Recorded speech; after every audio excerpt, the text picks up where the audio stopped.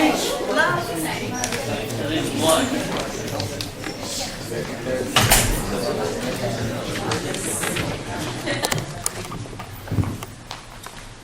welcome to the FHS production Jetty Kiss Me.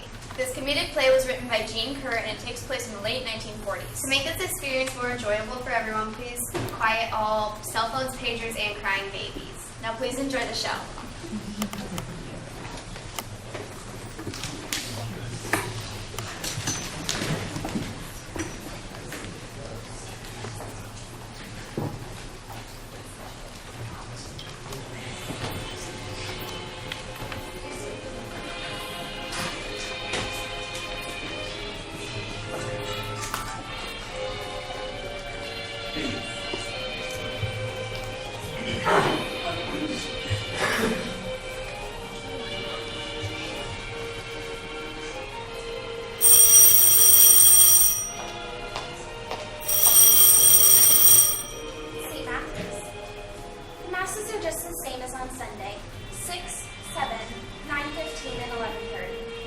Tell them to listen to the announcements. You're welcome, I'm sure.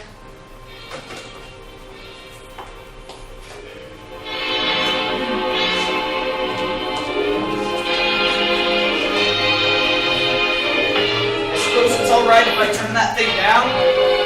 Yes, you can turn it off. Oh, but it's a glorious piece. These collection baskets, you keep them here all the time? Oh, no. As soon as we finish this game, I'll count the money and put it in the safe. I thought you had an usher's count for you. That's right, I did. Until the pair of them turned the whole business into a carnival. A carnival? Michael, the ushers were operating a pool on the collection. They were what? A pool. It's like a lottery. You must have heard of them. Oh, yes. They were taking bets, Michael, on how many dollar bills would turn up in the collection. And the one who came closest won the pool. Of course you couldn't have that. I could not. Why, Michael, the parishioners were getting in on it. When I discovered them, there was such a mob in the vestibule after the 11 o'clock mass that I tell you, the people could hardly get out of the church. I'll get this one myself. I don't want to see the long face on that one. Again. Hello. St. Matthew's, yes. The masses are just the same as on Sunday. And if you wouldn't sit there in a trance during the announcements, you'd know that. Look, Father, as charming as this all is, I've got to get some work done. Some work. I know you don't think of it as work, but it's a living, and it keeps me from being a public charge. Now, Michael, what have I ever said against your work? Father, you haven't said a thing, but obviously you're not taking it very seriously. I wish you'd remember I have 6 schools to visit after I leave here. Now, Michael, that's not fair. I've listened very carefully to everything you've had to say. Have you? Well, what have you had to say? You said the bishop doesn't think our school here is quite up to snuff. No, Father, no. The bishop doesn't really know anything about the school until I send in my report. I spent 6 weeks testing those girls, and I don't think the school is up to snuff. Oh, is that so? Yes, Father, that is so. Now, I can tell the bishop that St. Matthew's is academically okay, but when your girls flunk those state exams, your school will lose its credit rating. And what do you propose we should do? What I've been telling you to do for 3 weeks now. Get a course in biology and start another one in chemistry. What are you talking about? We do have a course in chemistry and biology. Father, no. You have a course called General Science, which in one semester covers botany, biology, physics, earth science, and for all I know, advanced basket weaving. And you have no laboratory work at all. And according to you, we ought to have some laboratory work. That's right. You see, Father, what you must accept is that science is with us. I don't know about laboratories, Michael. It was only last week I was reading where one in New Jersey exploded. And what's your objection to biology? Nothing at all, only let's not get too deep into it. I happen to think there are some things best learned in privacy. And while we're on the general subject, when are you and Mary going to get married? Oh, we're on that general subject, are we? Now you can answer a simple question. When is it to be? Well, Father, that's what I came to talk to you today. Father, the thing is Father, that... Sister Mary of the Angels would like a second of your time. 1 second of my time? She'll buzz around here for half an hour if I don't shoot her out. Oh, all right. Do by all means show Sister in. Sister Mary of the Angels and her weighty problems. You stay there, Michael. She'll go sooner. Come in, sister. Good afternoon, sister. Good afternoon, Father. Mr. Sanders. Good afternoon, sister. Come in, Shirley. This is Shirley Terabasti. First of all, Father, I heard you at the cathedral yesterday. How's the Monsignor? Oh, he's fine. Of course, he still has that bad gallbladder. I didn't know his reverence had a gallbladder. And this is the worst time of the year for him. Poor fellow. 3 banquets and 2 communion breakfasts already this week. It'd give me worse than a gallbladder. All that creamed chicken and patty shells. Well, Father, we came so you could get a last look at the new uniforms. We wanted to see if you had any suggestions before the die was cast. Mrs. Cadet won't let us make any changes after today. Now, Shirley, come here. Oh, that blessed Mrs. Cadet. She's making all 47 uniforms and only charging the girls $3.50 each. Now, Shirley, come where Father can really see you.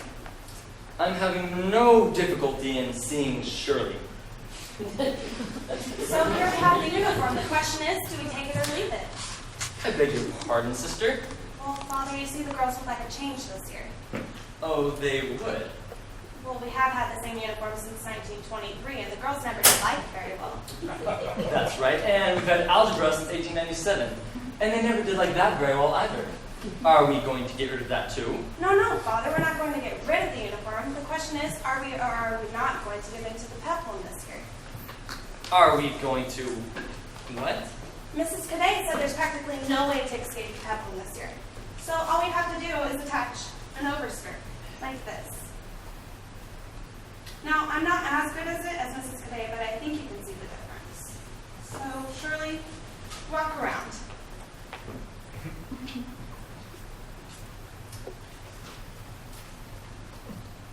Shirley, how did you ever get yourself such a godforsaken name? I never heard of a Saint Shirley. I tell you, if parents would only christen their children after the saints, instead of after a bunch of movie stars. Shirley, Lorraine, Karen, no wonder they grow up to be so dizzy. Oh, Father, the girls would be so pleased. What do you think? I think we should keep it exactly as it is. I want our girls to look like students, not like a bunch of Florador Roxys. Oh, well, come along, Shirley. Wait a minute.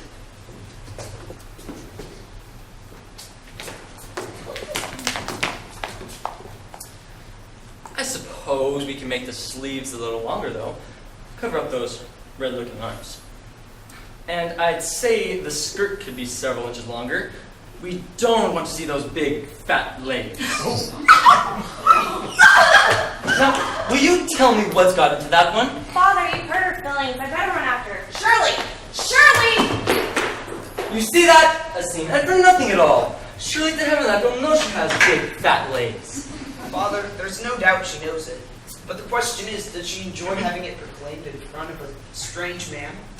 Strange man? You don't mean yourself. Well, Father, as a matter of fact, yes, I do.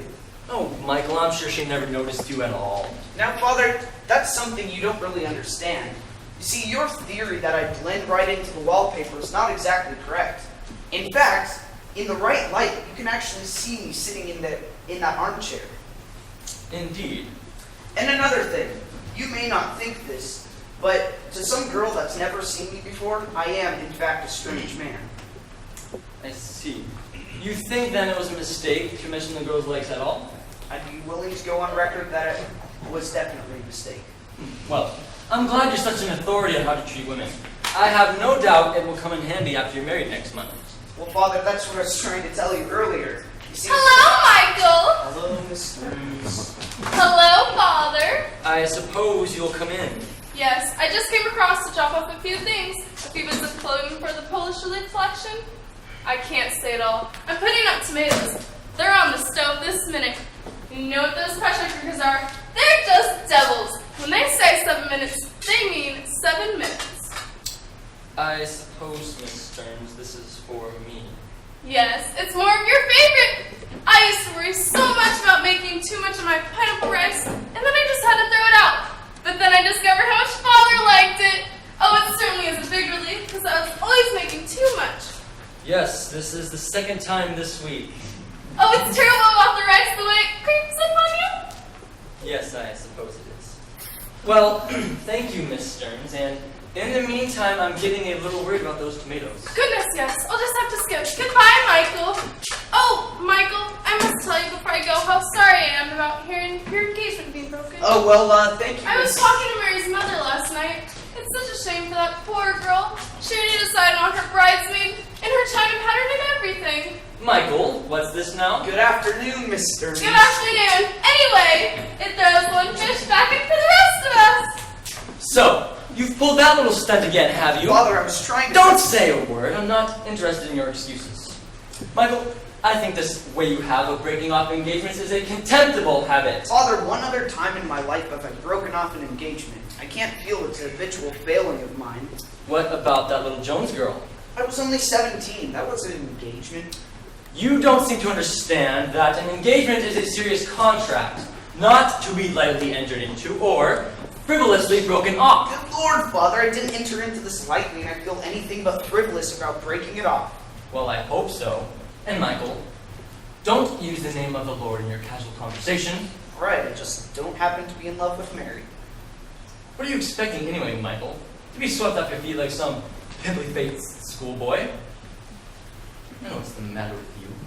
It's the same with all you men. If you stay single till you're 30, you never want to get married. You're altogether too cozy in your freedom. Good Lord, good heavens, Father. I want to get married. And as for this bachelor life, the hummingbird flitting from flower to flower, I've had all of that by the time I was 24. Oh, you did? Yes. You see, I've wanted to get married so badly that 2 times in my life I almost married someone that I wasn't in love with. No, that's a little excessive. Why would you be that anxious to get married? Father, look at me. Look at me. Father, I'm 34 years old. Why else would I want to get married? Well, what is it you're looking for? I don't know, someone I can talk to. You mean to tell me you couldn't talk to Mary? Well, Father, the thing about Mary is there's just that face, that exquisite face, and nothing else. Now you just wait and see. She'll marry one of those 6 guys that are chasing her, and she'll make him very happy. But it's a good thing I didn't end up with her. She would have bored me to death. Michael, here's a taste of sherry for you. Oh, thank you, Mrs. Deasy. Oh, I see we have a visitor. Miss Stearns again, eh? Father, it's not possible to like pineapple rice. I loathe this stuff. Well, I'll tell you well. You're always telling me I shouldn't speak my mind to people. So when she first brought over that bucket of glutinous matter, out of politeness, just to be civil, I said I liked it. It's a wonder the ceiling didn't fall and strike me. Anyway, I've been trapped ever since. That great prune of a woman and her rice. Father, you aren't having any sherry? No, I haven't been able to touch the stuff since Mrs. Deasy had that last spell. What spell? Oh, she reads in one of those simple-minded magazines she's always got in her nose, and she reads... And that's another thing, Mrs. Deasy.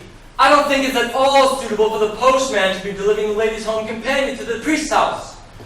And I've told you that before. Now, Father, you were telling me why you weren't having any sherry. That's what I'm saying. Mrs. Deasy reads in this magazine. It's the housekeeping hint, or something like that. You'll get a new taste thrill that says that you add a dash of sherry to your cooking. A new taste thrill. Isn't that something now? I think I see. Michael, you don't see the half of it. The only thing she hasn't put sherry in is the boiled potatoes. I tell you, Michael, she'll have me poisoned. Mrs. Deasy, I've seen you've been crying all morning. What's the matter? Yes, that's right. Go on now. Ask her. She'll be only too happy to tell you. What's the matter, Mrs. Deasy? Is it anything? Anything at all? Oh, but there is something. You've been crying all day. It isn't anything at all! Oh, I'm sorry about that now. She should have stayed and told you what a great beast I turned out to be. Mother, what's the matter with her? Oh, Mrs. Deasy's all upset because, strange truly, I don't want my house here to be overrun by a bunch of girls. There was not one word mentioned about a bunch of girls. What are you saying, Mrs. Deasy? I said that you have no call to be referring to Jenny as a bunch of girls. Father, enlighten me. Who's this Jenny? Oh, she's Mrs. Deasy's niece, and Mrs. Deasy thinks she ought to come here and live with us. There, now you have it. Now you know that's not true. I never said one word about it. contrary, Mrs. Deasy, you said several words about it. I suppose then that I should be willing to let my own flesh and blood go to an institution. Mrs. Deasy, will you join us in the living room? Now, Mrs. Deasy, as you were saying. I was saying nothing except that it's a shame that there's no room in this large house for one small girl for one short month. Now, I would have told you, Mrs. Deasy, I am in no position to adopt orphans. Look, won't somebody please tell me who's Jenny? Why does she have to go anywhere? Well, you see, Jenny is my niece, and she has to go somewhere because she has neither father nor mother, poor creature. And, well, Mrs. Riley's going off to California for a month to visit her son. All right, I've got that. Jenny's your niece. Now, who's Mrs. Riley? Well, Mrs. Riley and her husband, Bill Riley, ran the farm for Jenny's mother, and then, well, she died 4 years ago, and they've been running it for her ever since. And now the Rileys are moving to California, and Jenny's left on farm? Exactly. You're much quicker at grasping details than his reverence. So there she is, all alone in the world. Why doesn't she move in with the neighbors? Because she hasn't gotten any. There was old Mr. Dalton, but he caught the Rocky Mountain fever and died. Why, she doesn't even have a telephone. Something terrible could happen. I don't see how. You just got through explaining how there's no one around to bother her. But, Father, I just... All right, Mrs. Deasy, you can understand well enough. I can't have this child coming here, upsetting inkwells, and getting dirty finger marks all over the walls. Father, Jenny's 18. 18? Mm-hmm. You should have said that in the first place. I know what they're like at that age, Mrs. Deasy, and I tell you, I won't have this jazzy flapper skipping in and out of here at all hours of the day and night. Oh, Father, for 6 short weeks, you'd hardly notice her. Michael, did you catch that now? A minute ago it was a month. Now it's 6 weeks? That's how she'd work it. She'd be adding 2 weeks to it until we never get rid of her. Now, Father, she can have my room upstairs. Then I can move down to the hotel and actually get some work done. Now see what you're doing? You're driving Michael out of here. My friends have to be pushed out to make room for your relations. Well, Father, if you put it that way, I could just move my cot down to the study. See, Father, it'd work out perfect. Besides, she won't be here long.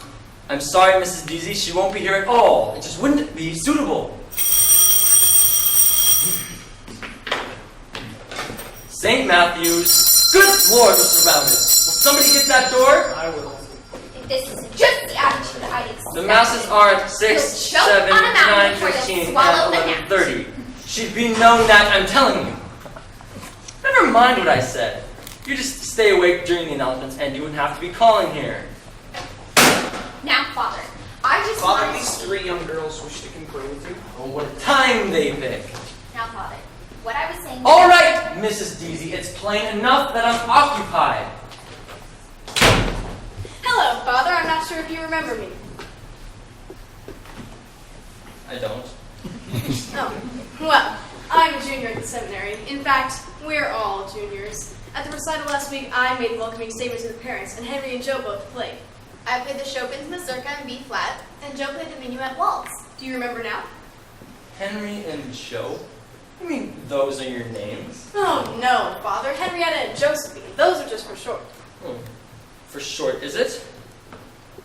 What's your name? Mary Delaney, Father. Oh, I suppose they call you Max for short. No, Father. What we came about, Father. Oh, yes, what did you come about? We're here to represent the junior class and to ask for your permission. We want to form a trail and camp club. Trail and camp. That sounds like a very interesting procedure. Why, it is, Father. We juniors can hardly wait to be Girl Rangers. I see. And what, may I ask, is the purpose of the Girl Rangers? Well, I'm glad you asked that, Father. It tells you the purpose right here on the cover of the manual. It's to fit you for a life in the woods. A life in the woods, eh? Yes. A graduate Girl Ranger is as safe in the woods as she is in her own living room. Now, that's interesting. If the stories I hear are true about, oh, the kissing and necking that goes on, then the girl's not very safe in her own living room. Why, Father! That's all right now. You don't have to tell me anything about it. I've watched a bunch hang around those boys in front of the drugstore. But I live out in Glendale. We never get near the drugstore. Well, that's a terrible shame. But don't worry, your friends are keeping up the good work for you.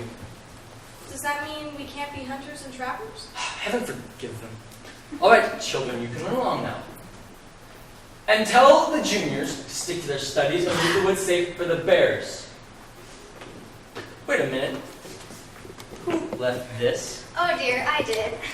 What is it anyway? It's a carry-all. A what? You see, it's divided into sections. Here's a place for your rouge, lipstick, mascara. What? Mascara. You put it on your eyelashes. And then here's a place for your comb. And this last compartment is for cigarettes. Joe, you only have 2 left. Just a minute now. How old are you? I'm talking to you. I'm 16, Father. 16, eh? Well, miss, I think I'm going to be keeping this little overall for you.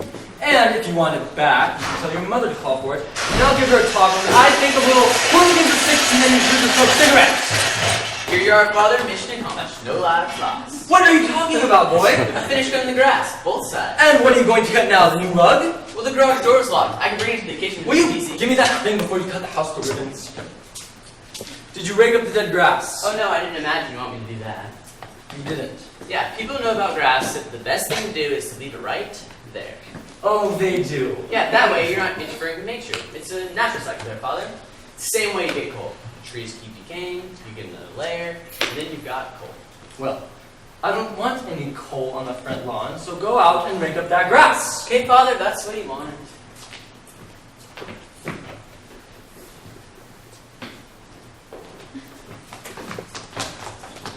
Harry, my fair one, Joe, my sweet. Oh, and guess what? He won't let us be Girl Rangers. And he took my carry-on. I tell you, the man is a problem. But it's not fair. Sister knew it was mine, she still didn't take it. Please, ladies, let's talk about something more pleasant. Me, for example. What have you done without me these days? If you'd rather not talk about it, I'll understand. We'll be seeing you at the football game. Are you going to stay? Let me give you a piece of advice. Live life right. Maybe one of you give the nod. So, get 3 nourishing meals a day, take plenty of rest. And please, try and stay sober. Try. So you drink as well! Stay right there, all 3 of you. Mrs. Deasy! Mrs. Deasy! Mrs. Deasy, I want you to take a look at the trio I have here.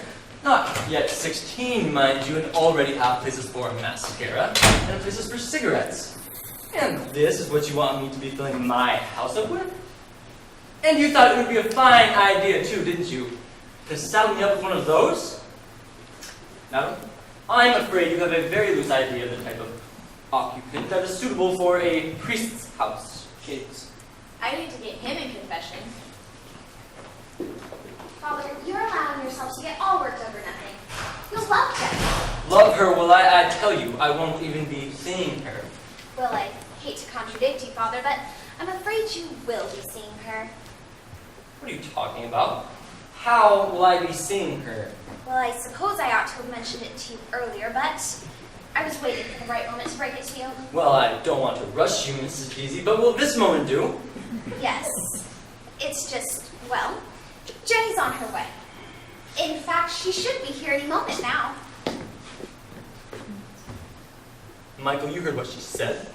This now is the way women operate. Well, all I've got to say to you, May Deasy, is that when that girl arrives, she is going to march right back out that door. Oh, no. Oh, yes. You wouldn't do that to her. You'd never turn her out. You don't think so? Well, you have a little surprise coming. Very well, then, but you're going to have a parade going out that door because I will be marching right alongside with her. No, Mrs. Deasy, you're not serious. You think I'm not? I have everything packed. My bag, all I need to do is get my coat and my hat, and I'll be ready to follow Jenny back out into the wilderness. Oh, Michael, here's a nice state of affairs. Michael, you've got to help me. Sure, I'll help you, Father. But do you think I'd be any good as a housekeeper? Don't be flippant, Michael. What do you think I ought to do? Well, I think you ought to let the poor girl stay for 6 weeks. No, no, no. That's out of the question. She is going to march right back out that door. Father, let's be reasonable. Is having her march right back out that door very practical? Why not? Well, the last train out of here leaves at 6. Do you expect her to just sit in the station all night? Okay, so she has to go back, but you'll at least have to let her stay for one day. Alright, she can stay the one night, but I don't want to be seeing her, and you can tell Mrs. Dizzy for me. Father, you're as likely to see Mrs. Easy as I am. You can tell her. Father, what are you doing? You have eyes in your head, boy. You can see what I'm doing. You're putting the decanters and cigarettes away. Now what I'm asking is why? I think you know quite well. I suppose you think I should be leaving them around so this Jenny can be helping herself? Father, Jenny's not going to be an alcoholic. At least not a confirmed alcoholic. Listen, you saw the three little hooligans that were in here today. I know what this Jenny will be like. What? Dizzy and gin mad. Oh, Father. Father, the truth of the matter is that Jenny may have strayed from the path of virtue. She may be a dipsmatic dope addict, but the chances of her being gin mad are very slim. In fact, nobody's been drinking gin, at least straight gin, for 20 years now. Not ever since repeal. Is that true? Now, don't you think somebody would have told me? That's what I've been keeping my decanter set for special visitors. And I'm not taking them out of there a moment too soon. Now, Mrs. Deasy, you can put your bag down. I'm prepared to make certain concessions. Now, Jenny, you just stay right there. We can't speak to Father Whitehead at all. There's not a spark of treason in him. Mrs. Deasy, for a woman of 50, you're certainly... 49, and here are your keys. Now, Mrs. Deasy. This one here is for the linen closet. When the sheets come back from laundry, make sure they go on the second shelf. And oh, don't send the tablecloths to Pioneer Laundry because they don't know what to do with a decent bit of linen. Well, she could stay overnight. And then Anyway, this key right here, this one is for the hot water cellar. There's a small leak in it. The man said he'd be by, but if he doesn't, you might want to give him a call. No doubt we could find a place somewhere in the neighborhood. There's a Davey nice said he place. should be by with the vegetables tomorrow. You'll need another set of groceries, but the numbers are somewhere on the pad. Oh, and tell him I won't need that. Oh, well, right, you can stay. Oh, thank you, Father. I knew you had it in you. You knew more than I do, as usual. Come in, Jenny. Jenny, darling, this is Father Moynihan. You've heard me speak so much about him. Right in the last 5 minutes, even. How do you do, Father? Jenny, there's a few things that we need to move out of the bedroom before we can get you installed. Michael, you had better get your stuff out of Oh, there. Father, please don't move anything. I can't stay here. Jenny, of course you'll stay. Father, will you tell Aunt May it's all right for me to go back? I wouldn't have come at all, but she said you said I had to. You with your plots and your schemes. You're wasted around here. You ought to belong in the Secret Service. Well, Jenny, this is Michael Saunders. This is Mrs. Deasy's niece, and as you can see, she doesn't want to stay here with us at all. Why is that, Jenny? Well, I don't know if it's occurred to anybody else, but it's not very proper for a girl to stay at a rectory. Oh, Jenny, of course it'd be okay. And really, there's no room for me here. And even if there was a little place, I just couldn't leave Rosalind and Portia. Rosalind and Portia. Those are our cows, Father. Oh, you call your cows Rosalind and Portia. They're Shakespearean characters. Thank you. Anyway, Billy Windows promised he'd milk them, but now that his bike's broken, he'll have to walk a whole mile. And I just know he'd forget. Plus, he's so rough, he makes Portia nervous. Is that so? He's been trying to break his pony in for a year and a half now, and he still can't get a saddle on him. I see. And then there's these houseplants. See, I have these lovely sweet potato vines, but there's something about putting plants in a new environment. It just doesn't work. And what have you got in that thing? Billy Wendell's pony. Oh no, my guppies are in there. Well, it certainly is a queer-looking contraption. I made it so they wouldn't get travel sick. That was a real danger, was it? Oh yes, a lot of people don't know that simple vertebrae like fish have a high tendency to get travel sick, Father. I see. And while you're at it, what other reason do you have for not wanting to stay here? Well, there's school. You see, I live way out in the country. Yes, that makes it nice for Rosalind and Portia. And well, a lot of the girls had fathers who had to tend crops, and although I didn't have a dad to do that, well, we had to take time off when those girls' fathers did. I see. You all had to rotate together. Exactly. And we were just out for fall planting, and we're about to start up in a couple weeks, and I'd hate to miss it. Well, we just finished the Helletion campaign with Caesar, Father. We're about to start with Cicero. I hear he's so much more interesting. Now, Jenny, you understand you can't stay out there all alone, don't you? But I wouldn't be all alone. Billy Windles and his sister promised they'd take turns staying with me at nights. Michael, you understand she can't stay there, don't you? Well, as a matter of fact, no. I think she ought to go back. You do? Yes, if she knows that fish is a simple vertebrate, then she's a whole lot further than the kids at St. Matthew's. Oh, you think we'd be retarding her, do you? Quite possible. And you plan on spending the night with Billy Wendell's, do you? Well, Father. Never mind any more of your stories. You stay here. But, Father. After the day I put in with your aunt, you stay here. But, Father, what if I don't want to? And since when does it matter what a child of your age wants? Well, I'm not a child. At my age, Joan of Arc had already been burned at the stake. Well, that must make you feel pretty much of a failure. Now, if someone can please get these heavy trunks out. Well, I see you believe in traveling light, Mrs. Deasy. Yes, Father. Well, if someone can please take these heavy bags upstairs and see about that room. Yes, Father. Now, Jenny, we might as well get this settled right away. If you were christened in the honor of Saint Genevieve, I think you had better start calling yourself Genevieve. But I wasn't christened after St. Genevieve, Father. I was called after my dad's favorite poem, Ginny Kissed Me. Oh, yes, I remember the poem. When I was a little girl, my dad used to call me the whole thing, Ginny Kissed Me, instead of just plain Ginny. I suppose it's alright if we keep to just plain Jenny. Oh, yes. Now, Michael, I realize we're a little backward here at St. Matthew's. We don't rotate or anything, but we should be able to provide for her cultural development. And maybe you can tell us what grade she belongs in? Well, Jenny, what grade were you in last year?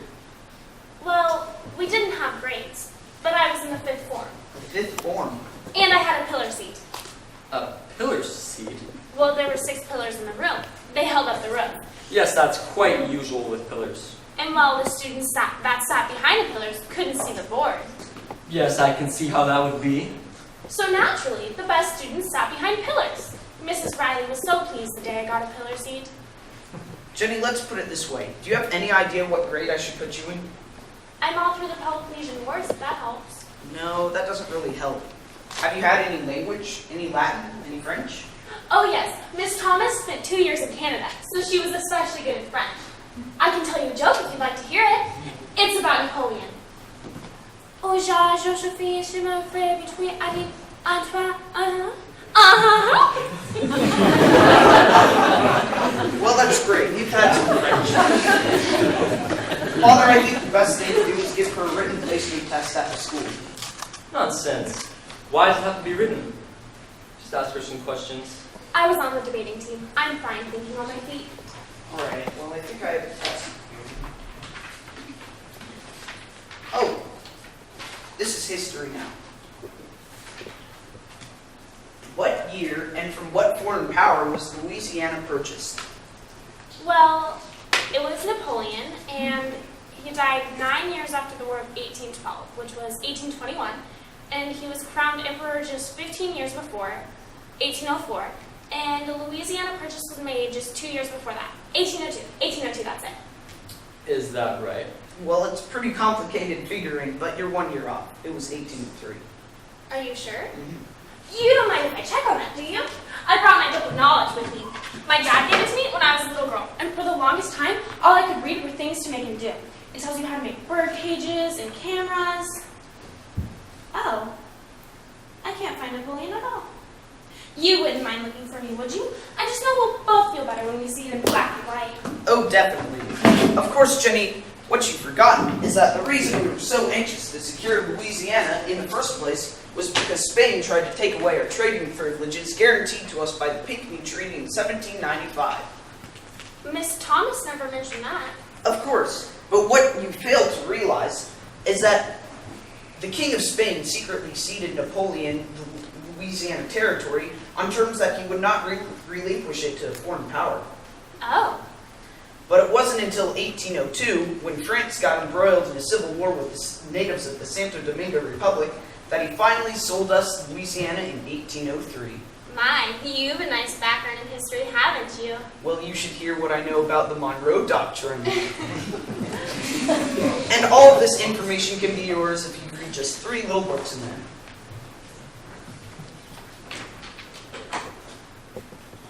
Do those come with the house? And you even have the Encyclopedia Britannica. I've been writing to information police, but they still haven't sent one. Father, I'm going to stay here. If she makes any false advancements, Father, I'll scream.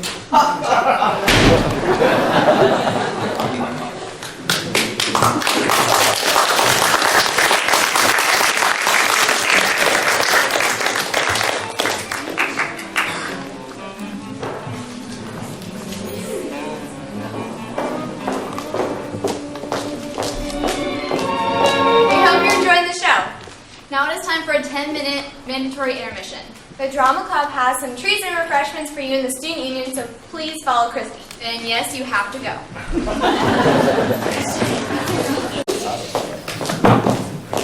We hope you enjoyed intermission. Now please enjoy the rest of the show.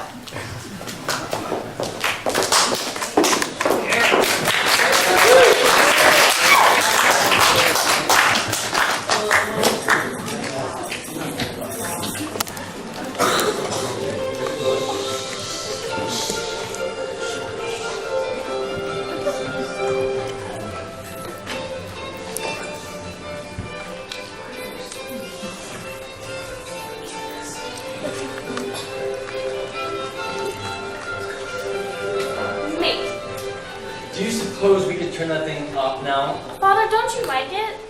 Of course, I'll turn it off then.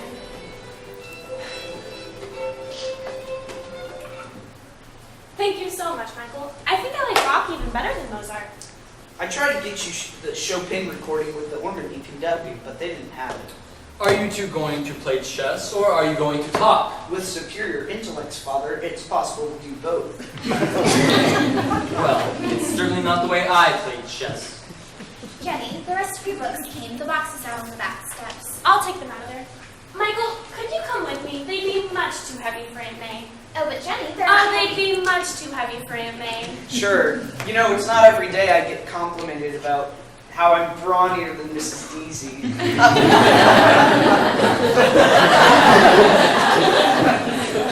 Mrs. Deasy, do you play chess? Now, Father, you know I don't. Where's my pipe? So help me, since this place turned into a greenhouse, I can't find a thing of my own. Oh, but they're real pretty, though. Jenny grows them from sweet potatoes. If she can get all that from one sweet potato, all I can say is she's got a secret weapon. Sodom and Gomorrah? Where did that thing come from? Answer my question, Mrs. Deasy. Where did that thing come from? Now, Father, you know just as well as I do that Jenny had this bowl of guppies when she came here. She had that bowl of guppy when she came in here. Where did this one come from? Well, you know how it is with guppies. No, I don't know. How is it with guppies? Well, you see, it's much the way it is with rabbits. First you have 2, and, well, they don't stop there. Oh. So this morning, when we found those new guppies, Jenny insisted that we find them new quarters. I'll have to be finding myself new quarters if this place is going to be turned into an aquarium. And that brings me to another thing, Mrs. Deasy. Jenny's been here for 5 weeks already. Now, it was my understanding she was coming for a month. Well, she shouldn't be here much longer. What's keeping her now? Well, actually, I just got a letter from Mrs. Riley, and it seems that her son's wife has pneumonia. So naturally, she'll have to stay a bit longer. So that's it, is it? She has pneumonia. I suppose next month she'll have the mumps. The way I have it figured, Mrs. Deasy, that family out there is going to be ailing for years. Father, I don't understand what you're saying. Oh, don't you? I'm talking about the clever way you're palming Jenny off on us. Father, she shouldn't be here much longer. She'd better not be. I tell you, Mrs. Deasy, I'm not a complaining man. But when your living room is crowded with wildlife and pools of water, my pipes aren't safe. I don't feel safe myself, and those desperate dreary things she plays on the phonograph. More than that, I haven't had a decent quiet game of chess with Michael since she got here. I understand. I hope so. Mrs. Deasy, Jenny's wondering where to put the empty box. Oh, indeed. I'll be right back. Well, what about it, Father? Do you want to start a new game?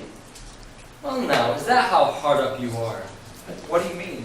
I mean, I'm honored that you can spare the time to play with me. I thought you were all booked up. Father, do you not want me to play chess with Jenny? Of course I want you to play chess with Jenny. I'm just thinking about your work, Michael. And Jenny, for a girl who's so interested in her studies, spends an awful lot of time on other things. Like chess? Oh no, I wasn't meaning that at all. You know, Michael, I'm beginning to have a kind of hunch about this whole thing. I think Mrs. Dizzy never did have any intention of sending Jenny back. I think she had it all planned. Well, is it that bad having her around for 6 weeks? What are you talking about at all? How could I have her stay on here? But I see this much. I'd better not push Miss Dizzy out in the open about this. I'll have to be a little clever. You see that, don't you? More or less. I've been thinking, you know what would be a grand solution? If Jenny got herself married off. Your move. Oh, that's right. It's no wonder I forget to move. I'm so out of practice. Father, Aunt May says that your pipe fell into the fish tank. That's right. That's awful. Oh, that's all right. You don't have to worry about it. But I do. Don't you know tobacco is poisonous to the fishies? No, I didn't know that. I'll go change the water. Hello, little guys. You know, Michael, the popes were all in favor of early marriages. I'm not sure which encyclical it was, but it's clear on that point. Women especially should get married at a very young age and rear a lot of children while healthy. Your move. That's right. Don't you think so, Michael? Don't I think what? Don't you think it would be a grand idea if Jenny got herself married off to some nice, healthy boy? Well, now that I think about it, it wouldn't be such a bad idea. Do you have some nice, healthy boy in mind? No. No. It does seem a little premature, having her married off before she has even gone out with nice, healthy boys. But doesn't she go out with boys? Well, you tell me, have you ever seen her with any boy, healthy or ailing? I suppose no. But I don't. Why is that? Well, Father, to borrow a phrase from the younger generation, let's just say Jenny is in hep. She's not hep. Are you certain about that? And the other girls are hep. That's right. Are you trying to tell me that Jenny isn't like other girls? Well, Father, I wasn't trying to tell you. I thought you knew. Good Lord, Father, of course Jenny isn't like other girls. Well, what's so different about her? Well, oh, come over here. Do you see those two girls over there? Now, they're in Jenny's class. Even from this distance, can you not tell a difference between them and Jenny? Well, I suppose. Now that you mention it. Hey! You two! Father, what are you doing? I want to get a good look and settle this thing. Oh, no. Girls! Yes, you two. I want the pair of you in here for a minute. Father, please say nothing to injure their feelings. Good heavens, what do you think I am? A tyrant? Yes. Well, you have no cause to worry. I won't say a word. Not a word. Did you want to see us, Father? You're on our way down to the Frosty. Never mind now, just stand where I can see you. What's the matter with the two of you? Are you paralyzed? Come on now, let's be a little brisk about this. Walk over to the end of the room. My, you certainly are speedy, the pair of you. All right, stand right. Right there.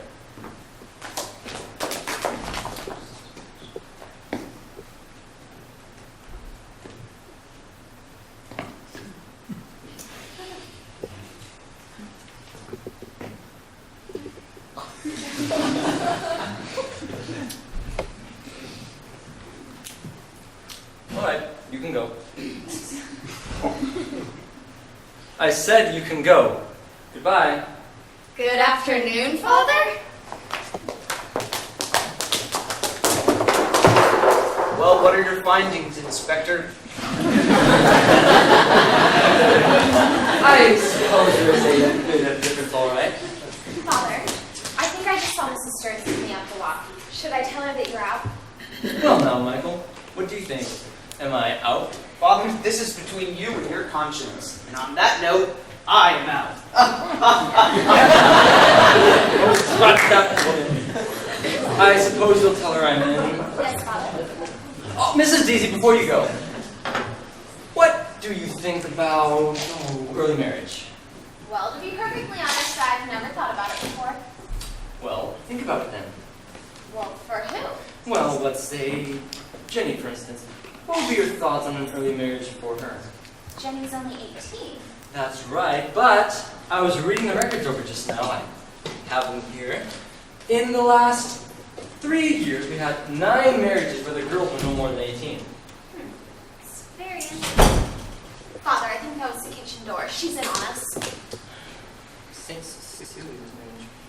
Hello, May! Guess.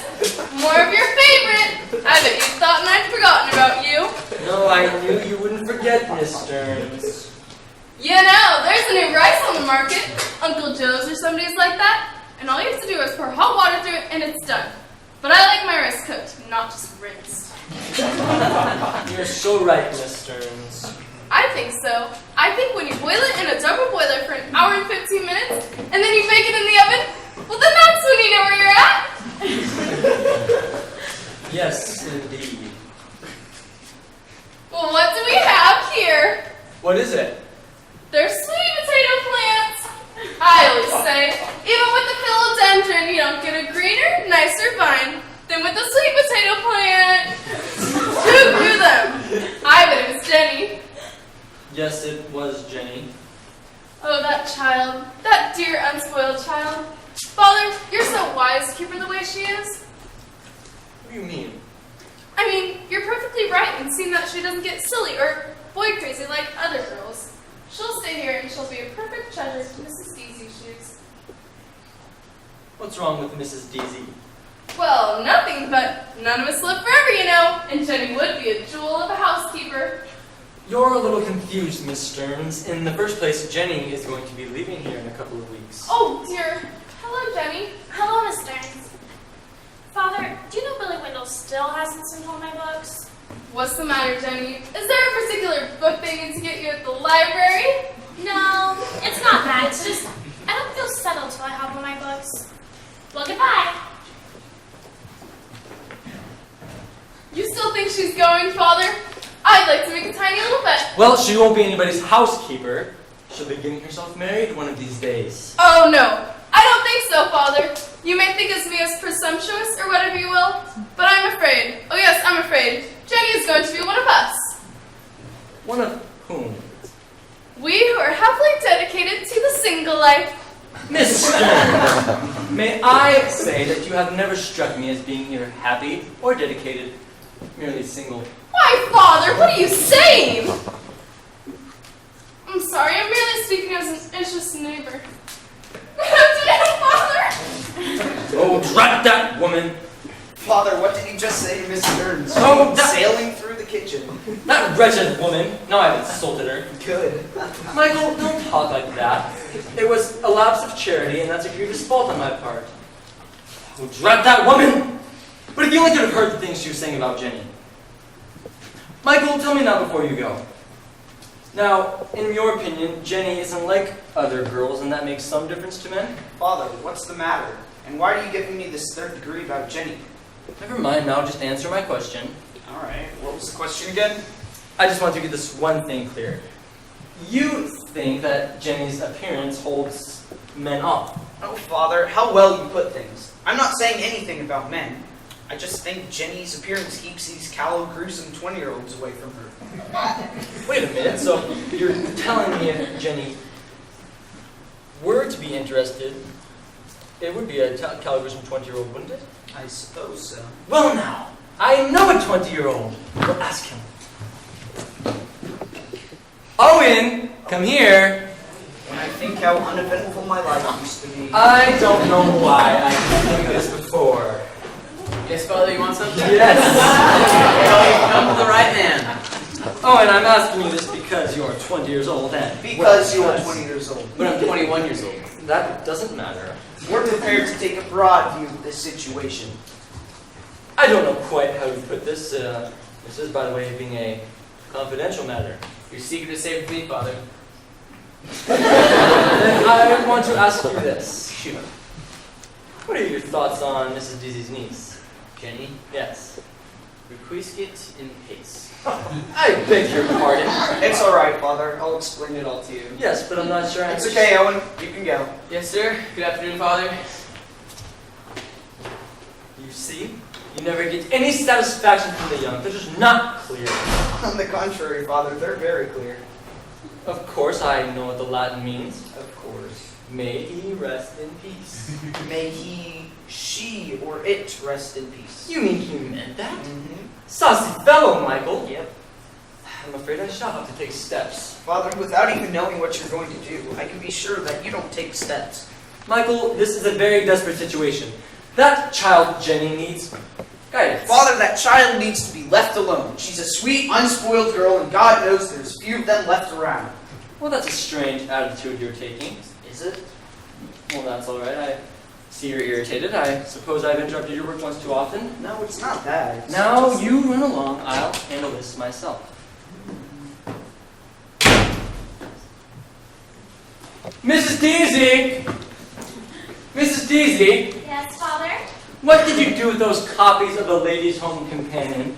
Don't you remember, Father? You told me to throw those out. Certainly I remember. Where are they? Well, in the bottom part of the shelf, of course. Thank you.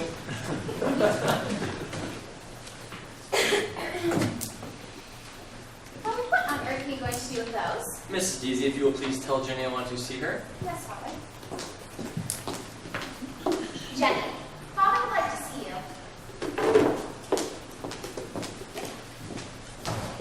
Yes, Father? Jenny. How much do you know about personal daintiness as an aid to good grooming? Why, I don't think I ever thought about it, Father. Well, maybe you ought to. Nancy Taylor Holmes says it's very important. And who is Nancy Taylor Holmes, Father?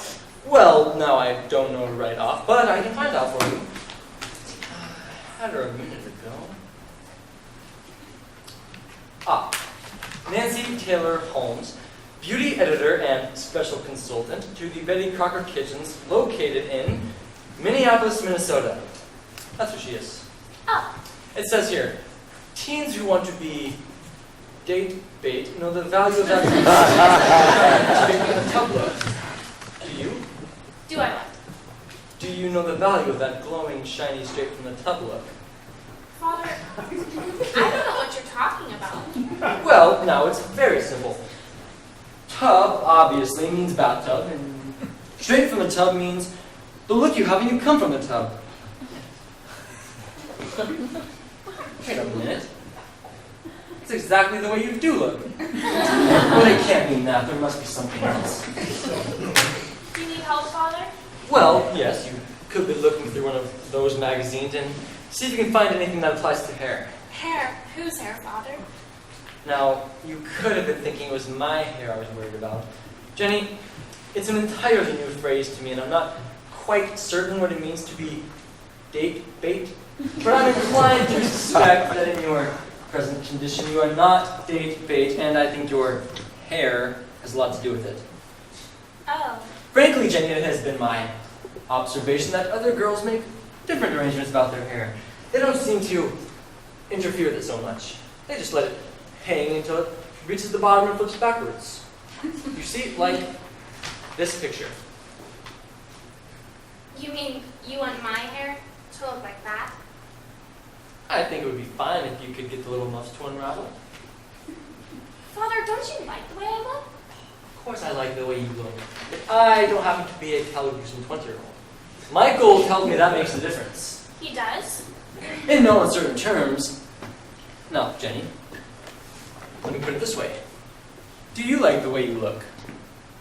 Well, Mrs. Bradley always says as long as you were clean and tidy, it didn't matter how you looked. She did. And as for my hair, I guess it's not very stylish, Father. But don't you think that's a little superficial? I mean, what does it matter how I wear my hair so speciat happens? That's a Latin phrase Michael taught me. It means, what does it matter in the light of eternity? Oh, And Father, don't you think it's much more important what you put into your head? well, yes, of course, I think that too. It's just we mustn't be too dogmatic about it. Oh, I don't want to be dogmatic, Father. It's just, as Michael always says again, there's so little time to worry about the important things. So why do we wear ourselves out worrying about the trivial? I don't know. I'm beginning to wonder about Michael. With you, he talks about the light of eternity, and to me, he says that girls don't make out with men unless they're happy. Does Michael really say that, Father? Oh, yes. Now, Jenny, let me put it this way. Do you want to spend the rest of your life making pineapple rice? No. I knew you'd see things after you thought about it. Now, the first thing is that uniform. I'm afraid we will have to put it from us. But Father, it's so comfortable and utilitarian. I know, that's what I always said. But Michael tells me it's a fearsome garment. What am I supposed to wear? The tan wool I came in? You misunderstand me, child. Any changes we make will be in the nature of improvement. The tan wool will be our last resort. I have an idea. There may be something in this. What do you think about this? Father, that's a nightgown. Is that what that is? Well then, what do you think about this? Isn't that a little big? Big, is it? Until it comes. Well, there are a lot more things to what do you think about this? I think it looks real fancy. Oh, that's perfect. It looks about my size, don't you think, Father? Well, then that's settled. You can wear that. But that would be dishonest. How do you figure? Well, whoever donated it gave it to Post Relief, not to me. Yes, but we'll be putting in your uniform instead. Oh, The way I have it figured about that uniform, it won't matter so much in Poland. okay. Now, we've settled it that you're going to unravel your hair and take off that uniform, and now there's one other very important item. What's that? It's your face. I'm afraid it's terrible. I have something here. It doesn't belong to me, naturally. And his rightful owner has never returned for it, but then she always might. So you can understand that this is in the form of a short-time loan. Yes, Father.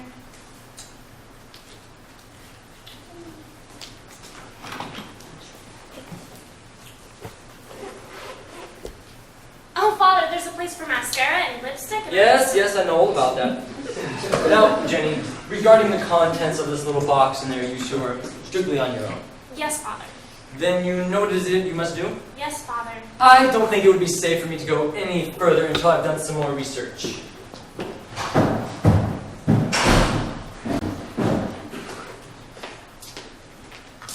What are you doing? Nothing. That's too bad. There's a lot of things you gotta be doing. Nobody asked for your opinion. I know, but, my child, if I wait until somebody asked for my opinion, I'd have to remain silent for years. What's this? Paint and varnish? You are going to take a plunge, aren't you? If you mean am I going to put on this makeup, then yes, I am. Alright, this needn't come between us. Personally, I'm all in favor of it. I take the attitude that there is no excuse for looking like someone's mother, unless, in fact, you are someone's mother. What are you doing? I'm putting on lipstick, what do you think? Okay, well, don't slash yourself like that. You're not slipping a window. How's that? Oh, please, I have a delicate stomach. It doesn't look good? You're slow, but you get the point. Here, let's start over. Alright. Start in the middle. Work your way to the edges. Now the other side. What are you doing? Don't squeeze your lips together. You have to apply it to the bottom lip. Is that right now? Not bad at all. You know, I'm beginning to see real possibilities. Well, thank you. Not at all. I'm perfectly willing to give credit where it's due. You know, I think with my reputation, it might do a lot of good to be seen in public with me. You do? Yes, so if you would like to tag along with me at the basketball game tomorrow night, I think I might be able to stand up under it. Thanks, Owen. But I'm not sure I'd be able to stand up under it. Go on, deprive yourself if you have to. But that robe, it unfurls, doesn't it? You mean my hair? Yeah, it comes down. How did you get to know so much about these What you're asking for, my dear, is the story of my life. You know, I think maybe we could... Jenny, what are you doing? Wait, She's making more parents after years of neglect. I'm putting on makeup. You crazy little fool. Why? What do you mean, why? Don't you think it would do any I good? didn't say that. Don't listen to him, Jenny. He's part of the older generation. They always resist change. That's your analysis for the situation, is it? Yeah, it's the same way with my old man, Father Moynihan. You guys want things to be the same before the telephone was invented. I see. Isn't it lucky my work doesn't require me to be too active at my age? Jenny, I didn't mean to offend you. I just don't like seeing you do things to yourself. Do what things to myself? I don't like to see you mess with your face, or your hair, or your lips, or any part of you. That's what you say to me, but you tell Father that girls have to fix up, or no guy will ever want them. You're making fun of me, aren't you? Jenny, no, that's you. Can't you just get out of here? He doesn't have to get out of here, Owen. I'd love to go to the game with you tomorrow night. May I congratulate you on your decision. You won't regret it. Until tomorrow night, remain in a state of happy anticipation. Jenny, I wasn't trying to make fun of you. Surely you know that. Come here, sit. What's the matter with you? What did Father say? He didn't say anything. It's just, he didn't like the way it looks, So he what? So he was telling me what to do. Oh, he was. Well, that's very public-spirited of him. But I sure wish he'd leave you alone. What difference does it make to you? Jenny, don't say that. It makes a difference. I don't want you to sound like other people.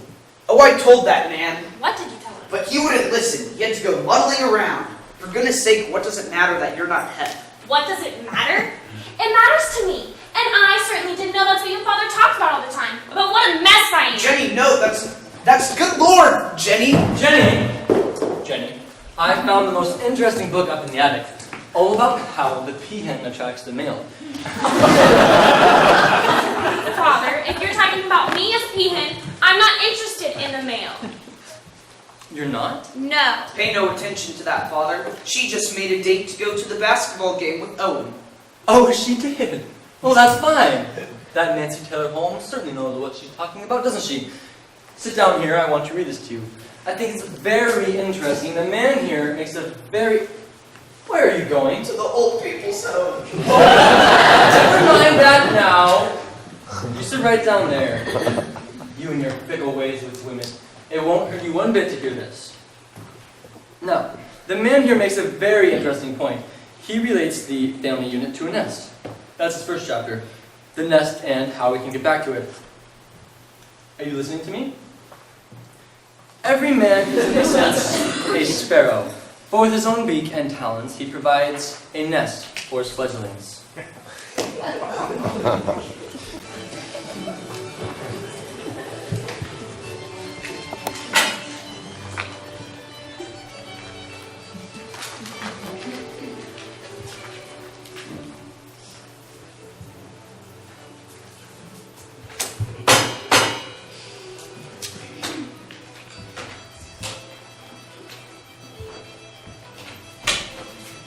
Father, I've just finished laying down Michael's bed, and now I'm going to bed myself. All right, Mrs. Deedy. Good night. Are you waiting up for Jenny and Owen? Is that it? No. No. Not really. As a matter of fact, if I'm still up when they come, I'll just disappear. The young people manage better alone. Don't you think so, Mrs. Deasy? I'll read it.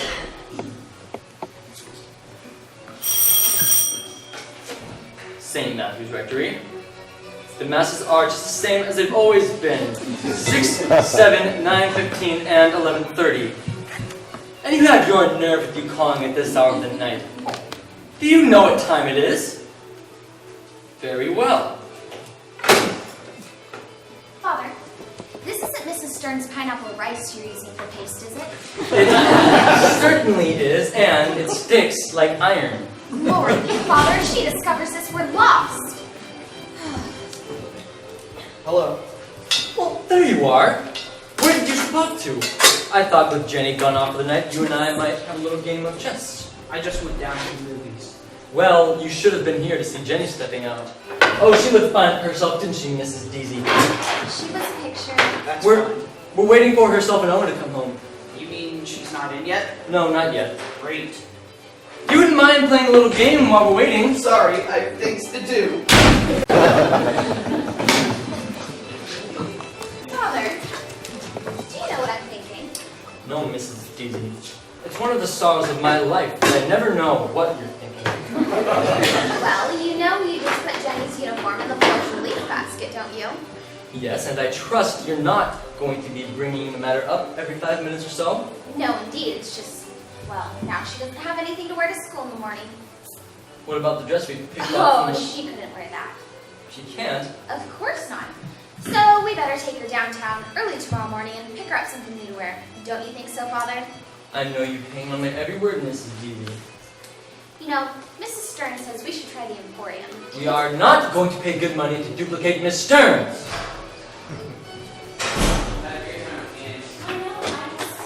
that them?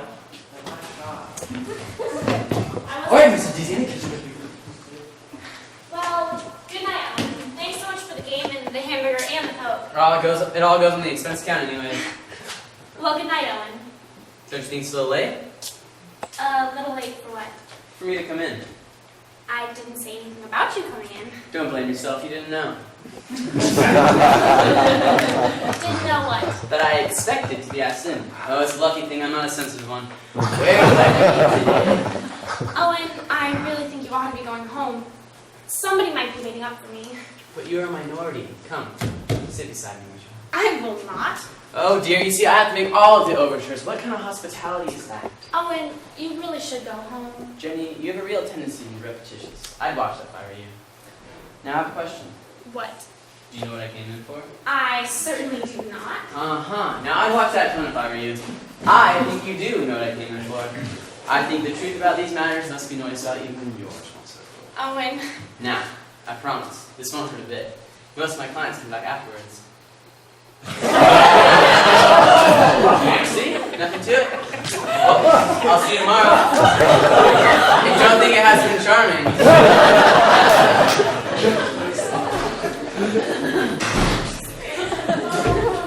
Did I hear the door close? Oh, I just thought, Father.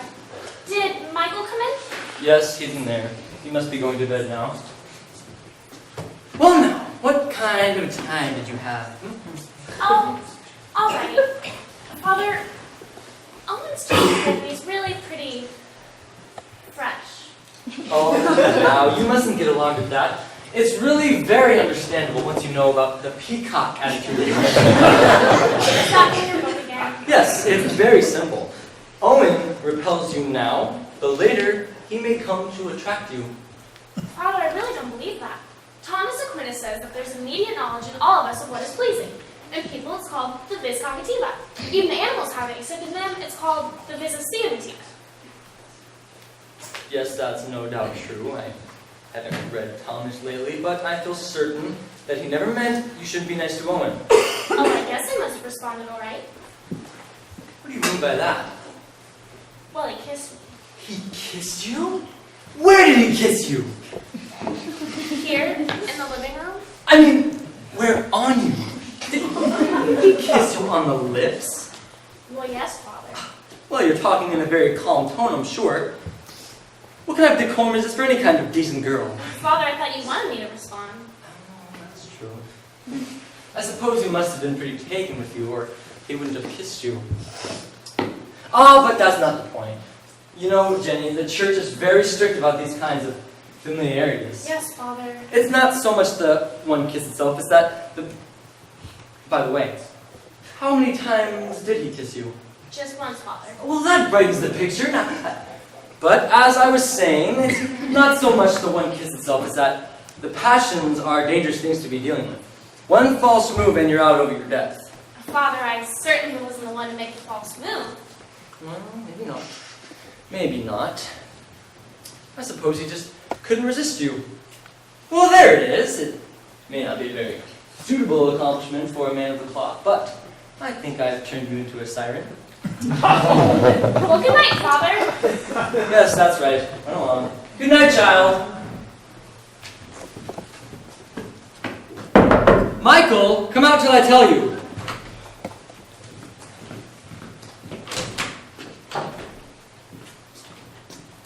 I know you had no faith in my methods, but now you can see for yourself. Father, what is this all about? Michael, I think I have her launched. Oh. It was like falling off a log the way we went for it. Why, Michael? She'll be married and out of here in no time at all. Is that so? We must have underestimated that girl. I never underestimated her. Allure, or whatever it is. She must have it. You think so, do you? Oh, yes. She made a big hit moment. How do you know? He kissed her. Oh, he did. I suppose he was just carried away with her. Oh, he was. And you standing there so smug about it, do you think that's good? Well, now, Michael, no. You do! I see you do! That sweet, innocent little girl. And you think it's perfectly alright to have her pawed by any kind guy that buys her a Coke. Now, Michael, you have no cause to take this tone with me. Don't I? Listen, there's a theory that a girl must submit to a certain number of familiarities to be popular, but I didn't think you'd subscribe to it. Now, Michael, that's not fair. You know perfectly well how I stand on such matters. I don't know how you stand on anything ever since you turned into a combination hairdresser and Emily Post. Why can't you just leave that girl alone? Now, look here. You were the very one who got me started off on her. Jenny isn't hep, you said. I remember it very clearly. You were sitting right there. Jenny is not hep, you said. I don't remember what I said. But it was your own idea to turn her into one of those animated vacuums. Here she was, a living, breathing human being, and you had to go doing things to her. Now, look here. Jenny went out and had a fine time for herself with Owen.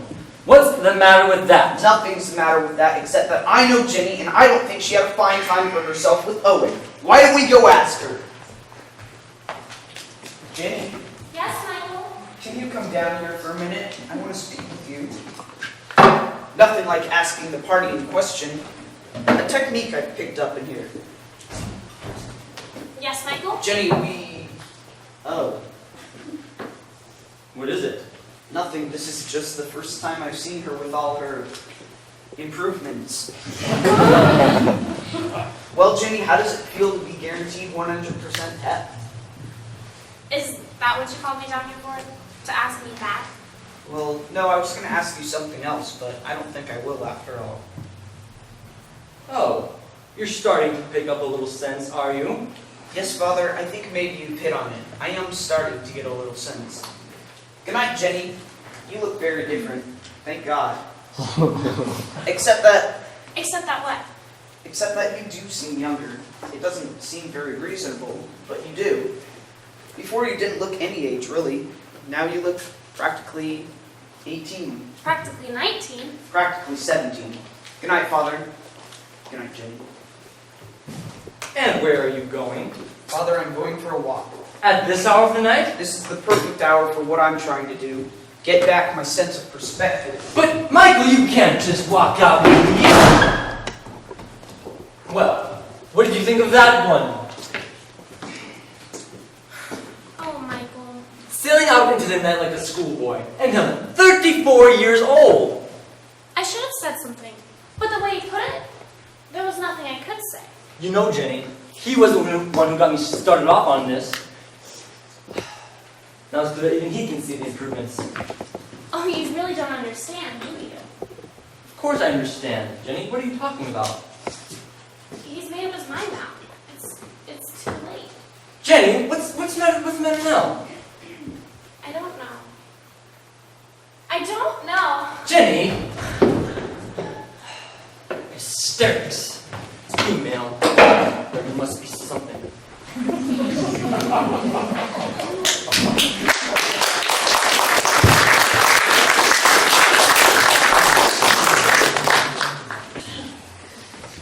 Who's the hungry guy? Yes, you are. You are the hungry guy. Yeah. Not too much though, because you're in your appetite. Everything's going to feed you for dinner. Father, what on earth are you doing? Nothing. Father Moynihan, you're feeding the guppies. Now isn't that sweet? Well, I couldn't just sit here and watch them starve to death. But they're not hungry. A lot you know about it. You should sit here in my chair and try to read with the terrible faces of them staring at you. Father, that's nonsense. It's nonsense, nothing. I tell you, I can't focus on my book with them squinting their noses at me. Besides, it says in the Book of Knowledge, guppies should be fed 2 times daily. Can I help you with something, dear? Thank you. I just wanted to leave these here. Oh, come in. Hi, Father. Jenny said I could leave these here. In this one, I have Harvey's blue knickers. Now, Mother told me to tell you that there's a hole in the left knee because he wore them playing baseball, even though she told him every day to change when he came home from school. But he didn't. Goodbye, Father. Good afternoon, Mrs. Deasy. Oh, the tramping in and out I put up with for the sake of the Polish workers. I'm beginning to wonder about you, Michael. Out until 5 o'clock in the morning, walking the streets, and now all this great rush about getting out of here. Oh, he's getting out, all right. I'll tell you that much. He's And down you- in the cathedral right now turning in his reports. And you know what that means? The Monsignor will be out here in Plymouth on Monday, badgering me about those wretched laboratories. Here it goes again, Mrs. Deasy. Hello, dear. Hello, Mrs. Deasy. Ginny said I should bring these over. Oh, come on in. I have Mary's and Helen's in here, too. In fact, I have 5 of them. Oh, hello, Father. Ginny said I should plop these anywhere here in the room. Well, go ahead. Plop them.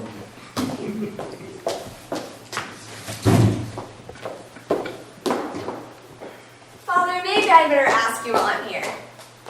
Ask me what? Mrs. Deasy, would you mind? This is a very confidential matter. Of course. I wouldn't dream of intruding. Well, now that you have gotten rid of all the outsiders, suppose you tell me who you are. You remember me, Father. I'm Shirley Tirabassi. Just a couple of months ago, you told me I had fat legs and a pagan name. Oh, yes, well, I'm sorry about that now, Shirley. I spoke out of turn. Oh, no, not at all, Father. My legs were fat. You were just facing facts. But, Father, do you notice anything? Well, now, no. As a matter of fact, no. Well, they're much thinner, Father, and it's all on account of you. On account of me, you say? Yes. That day, I went home to Mother, and I said, gee, I must be pretty bad if I look fat to even somebody as prehistoric as Father Monahan. Oh, you did? Well, let me tell you, you don't have to be prehistoric to tell somebody's got fat legs. Let me tell you, Father, it was right after that I went on the banana and milk diet.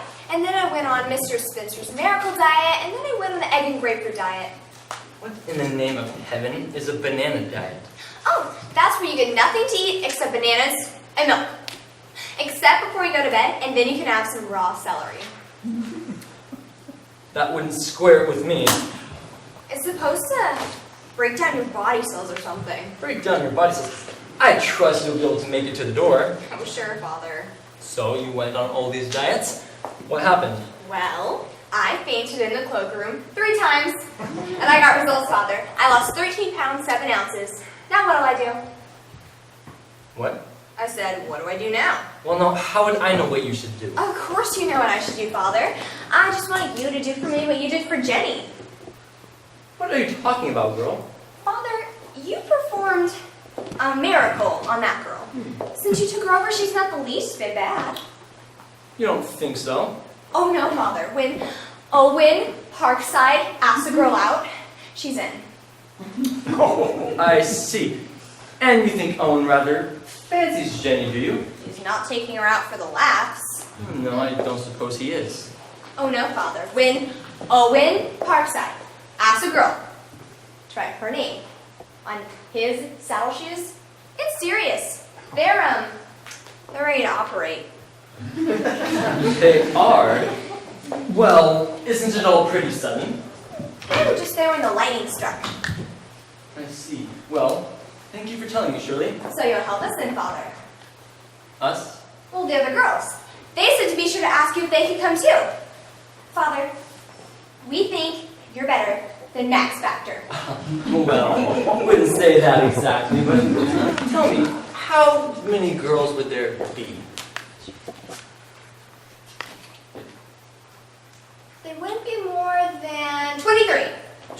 23? Well, suppose we could fit 23 in here.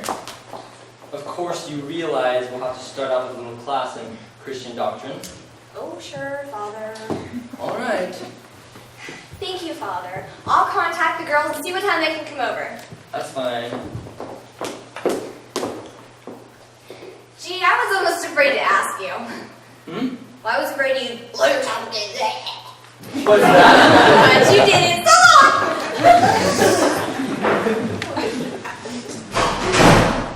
So, Father, what's the big secret? Well, no, I'm not prepared to say that quite yet, but tell me, Mrs. Deasy, who is Max Factor? Isn't he that fat little fellow that plays the cowboy parts in movies? Well, wouldn't that be the kind of wise answer I'd get from you? Never mind, I'll look it up myself.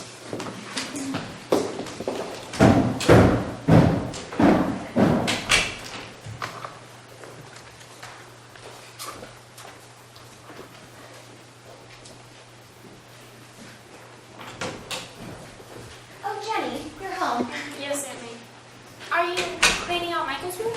Yes, and the place is like a cyclone has struck it. But his books are gone. And his typewriter. Aunt May, is he gone for good? Yes, Jenny, he told me to tell you goodbye for him. Just like that.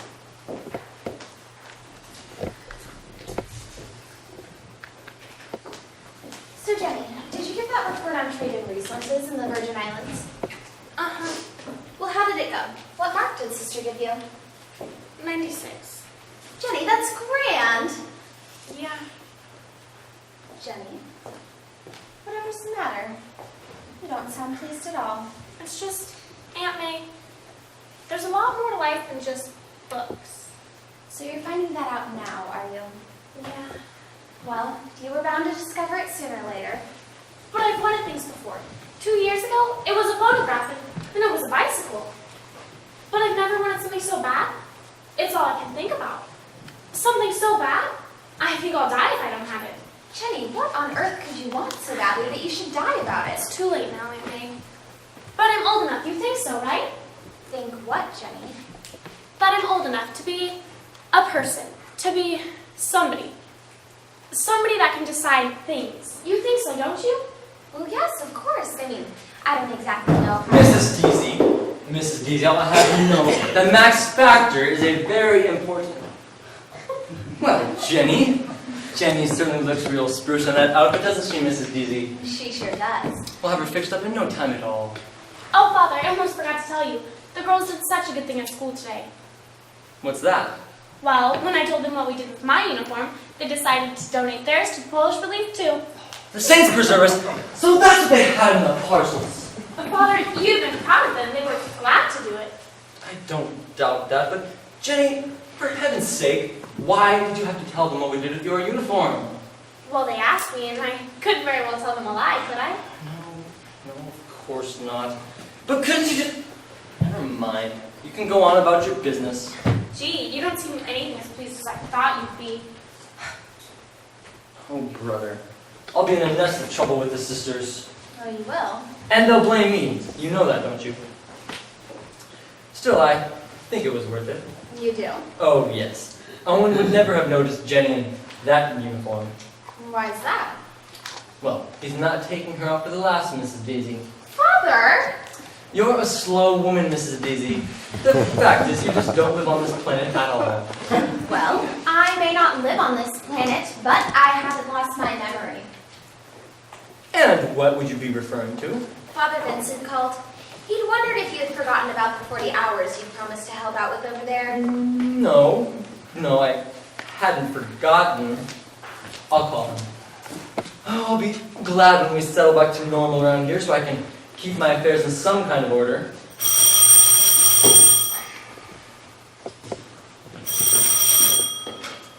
Hello. Hello? Oh, yes, indeed, Mr. Parkside. Yes, Owen is around someplace. Shall I send him home to you? Oh, you are? Yes, I'll be here. Yes, I'll be only too happy to talk to you, Mr. Parkside. You are welcome, I'm sure. Well, Mrs. Deasy, what do you think of that? That was Parkside himself, and he's on his way over here. He thinks we ought to have a little talk about Jenny and Owen. No, he does. What about? Well, from what we've been hearing, Mrs. Deasy, I would think you could figure that out for yourself. You know, there's one thing you can say for this generation. They have real get up and go. I never thought we'd be getting relief so quick around here. Father, let me ask you a question. Do you know what you're talking about? I'll mail you a letter about it, Mrs. Deasy.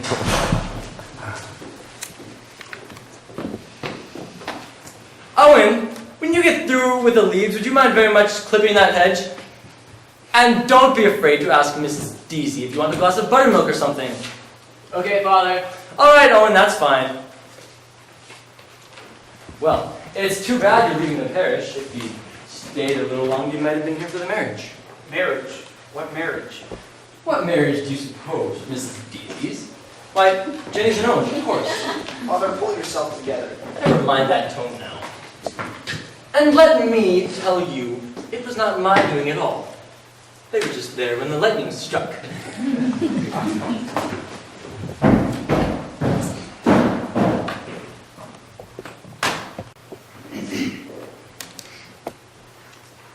Hey, Owen, never mind that hedge. Come in here for a minute. I want to speak with you.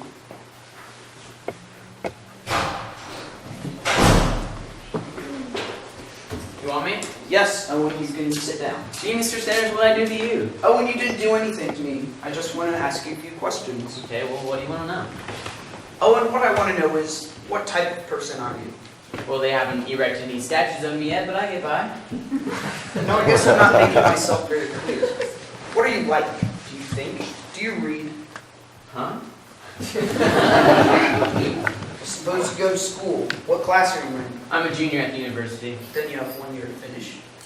Yeah, but I don't think I'll go back another year. This studying, where does it get you? So we spent 2 days learning about the polyspoon tear. I asked my uncle about it. He's never heard of it. He's 46 years old. He makes $8,000 a year. He's never heard of poly or spoon. I see. Then you must not have much time to read. What do you mean, sure I read? What do you read? Argosy magazine. Downbeat. Downbeat. What's in Downbeat? What's in Downbeat? Everything. Like they just released an oldie of Stan Jenkins, the Sugar song. Boy, will I could have that. There you got Stan Jenkins on the piano, Lukey Lewis on the sweet sax. Oh, brother. Woo! Calm down, Owen. Owen, I know I have no room judging you on the little bit I've seen of you, but these phrases you have, I know it's just a youthful pattern that will disappear. But what I'm trying to say is, I know there's more to you than that, Owen. You mean I don't wear it on my sleeve? Well, that isn't precisely what I meant. What are your plans? Well, first of all, I'll get spliced. You are thinking of getting married, are you? Nash, a man doesn't want to stay the same all his life. You know what I mean. Yes, Owen, I know what you mean. Then how do you expect to support a wife? Well, if everything cooks up, right? I plan to have my own filling station. Your own filling station? Yeah, this boy sure makes money. I'd love to give him hands on that list. Owen, I hear you've been seeing something of Mrs. Deasy's niece. Jenny? Yeah, I just started. But I think I might make my mark in that league. You like Jenny, do you? Well, she's a nice little dish there, yes ma'am. And is that any way to talk about a young lady? I mean, sure, it's complimentary. She's got nice stems, nice figure. Alright, that will do. And I don't mind adding the fact that she's a very nice arm. Alright, I told you that will do. I don't want to hear one more word out of your face about Jenny. Hey, you're the one who asked me. You don't have to get it. Now just get out of here. Boy, if that ain't the limit. That little pup. Michael, where have you been? Oh, Jenny, how long have you been standing there? Long enough to hear you tell Owen to get out. What's the matter, Michael? What did he do? He didn't do anything, Jenny. But then why did you... Oh, Jenny, I don't get it. I thought I knew what you were like. I thought I understood you. But Michael, you do understand me. You're the only one who does. Well, don't you know you can't just go kissing every boy that makes a pass at you? No, I suppose you don't know that. I suppose there's no one to tell you things like that. Father told you about Owen. He had no right to. And that's another thing. What can you see in that callow kid? He doesn't think. He doesn't even read. All he wants to do is play jazz records and open a filling station. Is that the type of guy you want to spend the rest of your life with? Of course not. I know people say these puppy love affairs are all good experience, all part of the development, but I don't think so. I think they leave scars. But what does it matter what I think? But Michael, what you think is the only thing that matters. Oh, Jenny, look at you. Even with the new hairdo and the makeup, God help us, you're just a child. You're wrong about that. But why do I keep at myself this way? You're just a kid. And Oh, Jenny, while I sit back and watch, you'll be losing that funny, young, soft look. Oh, Michael. Jenny, don't pay any attention to me. I'm relapsing back into a sophomore.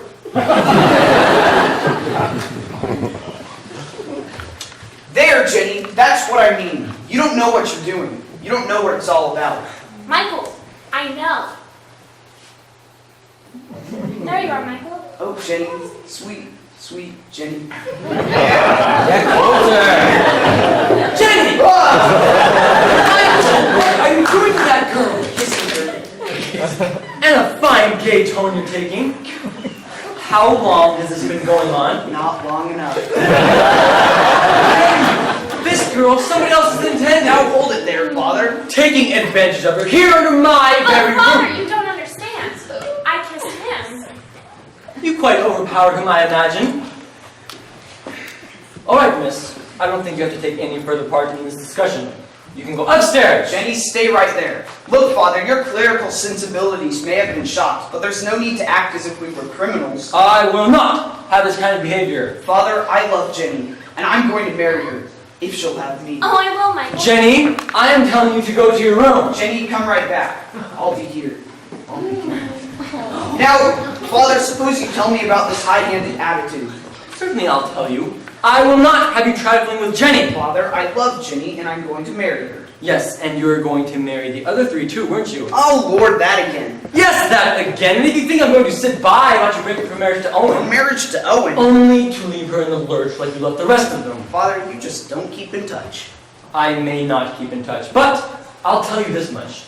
Jenny is just 18 years old, and she can't marry you or anybody else without my permission. Now, Father, And I'll never give her any encouragement to be tying herself up with a 34-year-old adolescent who can't make up his mind about her or about anybody else. Father, I have made up my mind, and this time it'll stay made up. Yes, and you made up your mind about Mary too, didn't you? Yes. And Florence? Father, I was wrong about Florence and Mary. I admit it, I was wrong. Yes, you were wrong, and they got hurt. Now, it's Jenny that will be hurt. Do you want that? No, Father. No. Of course I don't want that. Very well, we have that settled. Now, you've been packing your things all morning. Very well, finish it. Get your things out of here. As your pastor and Jenny's guardian, I forbid you to have anything further to do with that girl. All right, Father. I hope by the time you come back next year, you'll have picked up a little sense. Father, I'm sorry we had this misunderstanding. Certainly I'd rather have married Jenny with your blessing, but if that's not possible, I'm certainly willing to marry her without it.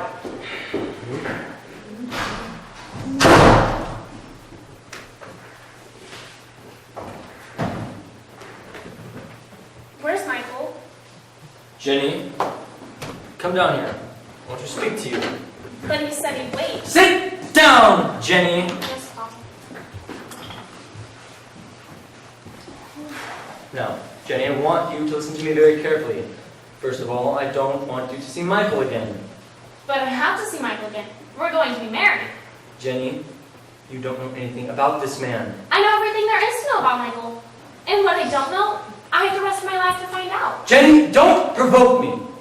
In the first place, you can't have any idea what you're talking about. You're just a child. I'm not a child. I know what I want, and I want to be with Michael. I want to have him there to talk to, and I want to eat breakfast with him, and I Stop want right there before you commit yourself to some other asinine statement. Michael's gone. I sent him away. Now, Jenny, I think I see well enough what's happened. Michael, being an older man and all, has just turned your head for the moment. But I think I know where your heart really is, and that's what... I tell you, I'm persecuted by the Polish relief. Yes! Well, Father, here I am. I think we two have to come to an understanding. Yes, indeed, Mr. Parkside. Well, I'm delighted to see you, Mr. Parkside. I suppose you're wondering what I came about. It's about my boy. Oh, you don't have to tell me. I thought as much. Jenny, suppose you leave me and Mr. Parkside alone. Is that the girl? Yes, that's Jenny. It may take a little ironing out, but the two of them will make a lovely pair. And you know, Mr. Parkside, the church smiles on early marriages. Yes, indeed. So I've heard. Wait, smiles upon whose early marriage? Jenny's and Owen's, of course. Owen? You You mean my Owen? Well, yes, certainly. Are you telling me that boy is figuring on getting married to somebody? Well, yes, that was my understanding. This is very interesting, Father, and if you'll excuse me, I'll see to this. Boy, get in here! Maybe we ought not go into that this That's okay, Father. I'll get to the bottom of this if it's the last thing I do. Yes, sir? Owen. Did you or did you not ever propose marriage or suggest that you would be willing to marry now or at any time this girl Jenny or any other girl? Huh? I mean, what did you say, sir? I believe you heard my question. Holy right, no! I mean, no, I did not, sir. Very well, Owen. You can wait for me outside. Yes, sir. Take him out once, you buy him one hamburger. I felt pretty sure there was nothing in that, Father. But wouldn't you just love to get your hands on the busybodies who start these ridiculous rumors? Yes. But, Mr. Parkside, what did you come about? Well, Father, I'll tell you. You know Owen's the only one we have at home now. And Ma'am and I are trying real hard to bring the boy up decent. He has a sister, but she's married now and lives in Cincinnati. Has 2 kids, too. Owen's their uncle. Yes, that's the way it would work out. As I was saying, Father, me and Ma'am don't want to be too strict with the boy. As far as we're concerned, he can have as much as 2 dates a week, as long as his homework's done. But we have definite rules in our house. Are you starting to see my point, Father? Well, now that you come right out and ask me, no, I don't see the point. Father, I think you're being deliberately obtuse. No, it's never deliberate with me. Look here, Father. When my boy goes out with girls, I expect they're decent girls. I tell Owen he has to be in our house by 12:30, okay? And to make it a lot easier for Owen and a lot easier for me if the girls he went out with have to be in at a decent hour as well. Oh, Now, Owen was out with your Jenny last night. well, of course, she's not really mine. Well, she And- lives in this house, and he tells me that I didn't bring her back here until 1 in the morning. Is that true, Father? Owen says it's true. I'm sure it's true. Well, I don't know how you feel about that, Father, but I think it's our jobs to keep them from turning into tramps and criminals, don't you? Yes, I think I could agree to that. Okay, Father, you get your girl in off the streets by midnight and help me to get my boy in. Very well. That's the ticket. You take care of your yard and help me take care of mine. Yes, certainly. We'll lift this thing, Father. Yes, I'm sure we will. Aunt May, could you get the boxes out of the cupboard for me? Jenny, where are you going in that outfit? Father, I'm going home. Just a minute now. It's much harder raising a girl, isn't it, Father? Mr. Parkside, if there are any further developments you wish to know, and give my regards to Mrs. Parkside. Good afternoon. Now, Jenny, what are you saying? Well, I've been thinking it over. You may have a right to say whether or not I see Michael, but I have a right to live where I please. And I don't please to live here anymore. Now, Jenny, you can't be serious about this. Oh, yes, I am. And you ought to be glad. Now you don't have to worry about whether or not I attract a peacock. Well, I never really worried very much. Yes, you did. You didn't want to grow around here. Well, no, I was wrong about that. Now, Jenny, I think you know I'm not the type of man to be making this kind of a speech, but let me say that I don't really want you to go. You don't? No. Well, thank you. And thank you so much for the clothes and just everything, Father. But it's about time I go home, really. But, Father, if you should ever see Michael again, could you tell him that I love him till the day I die?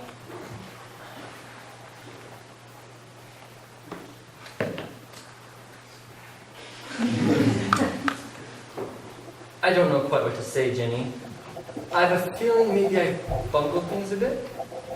You know, Jenny, young girls are a strange crew. That is, they certainly seem strange to me, but I suppose that's because I've never really had any dealings with them.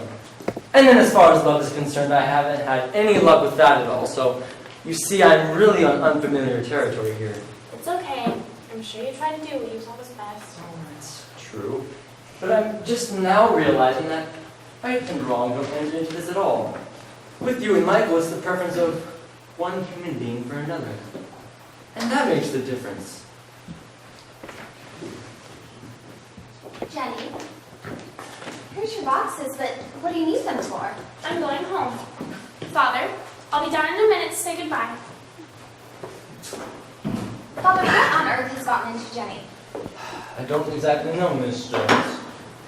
You know, Miss DZ, You know, Mr. Osgood must have been dealing with an entirely different kind of PM.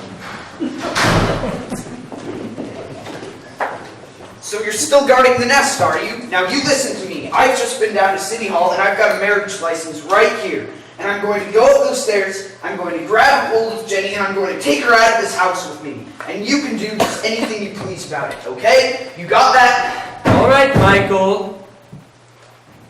What did you just say? I said, go ahead. Father, you're kind of... So, you're changing your mind already, are you? Now, Father, I wasn't... Never mind now, don't say a word. I'm not interested in your excuses. You're very well going up those stairs to get Jenny, and you'll marry her too, because I need to see that you will. Father, you're getting me a little confused. So you're getting confused now, are you? Don't worry, I expected as much. You won't get away with it, Michael. This time, I have witnesses. Jenny! Yes, Father. Jenny, come down here. Yes, Father. Jenny, here's your fine suitor now, all ready to back out the door. Jenny, why are you wearing that outfit? Now that's going to be your excuse, is it?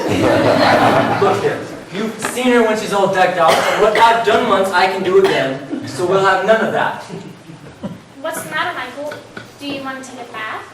I told you he was a slippery character, but don't worry, I'm seeing to it you're protected. I'm going to put the marriage banns into the announcements, and they'll be read on Sunday. Darling, there's nothing for it. I guess I'll just have to marry you. Oh, you're fooling. No, I'm serious. You better be. Father, I've thought over the subject, and in spite of my own misgivings, I'm willing to go ahead and marry Jenny, if you think that's what I ought to do. I certainly do, and I'll tell you more than that. You're going to be married on Wednesday morning, the 23rd, at 10:15 at a solemn high mass. And you will report to me every 24 hours until then. All right, then it's settled. Now there's just one more thing. What's that? Who gets custody of the guppies? Well, I certainly count on you to take them out here. Oh, Michael, don't you want them? Sure, honey. Sure I want them. Oh, darling, I certainly do love you. And I love you, just terribly. All right, now off with you.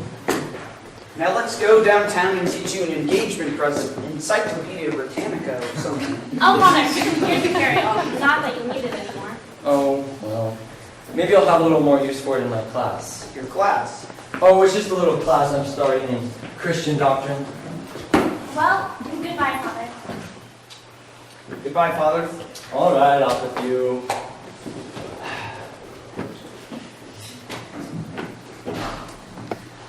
Mrs. Deasy! Yes, Father. I can see there won't be any necessity in telling me what happened, Mrs. Deasy. No, Father. You heard. All Michael needed was somebody to be firm with him. Someone to make up his mind for him. And that's what I did. Yes, Father. Yes, I handled it pretty well, if I must say so myself. Mrs. Deasy. Mrs. Deasy, we're embarking on a new era around here, and I don't see any excuse for you to be dragging yourself around the house looking the way you do. Father! Your age is no excuse, Mrs. Deasy. You could be a lot more spruce, I'm telling you. Not so much like a sad sack. Yes, that's what you are when you're not hep. A sad sack. Oh, never mind that, now I'll answer it. You read this magazine, and on page 63, you'll find a very informative article called The New Look for the Older Woman. Hello. St. Matthew's Rectory. No, it's no trouble at all. What else am I here for? The masses are at 6, 7, 9:15, and 11:30.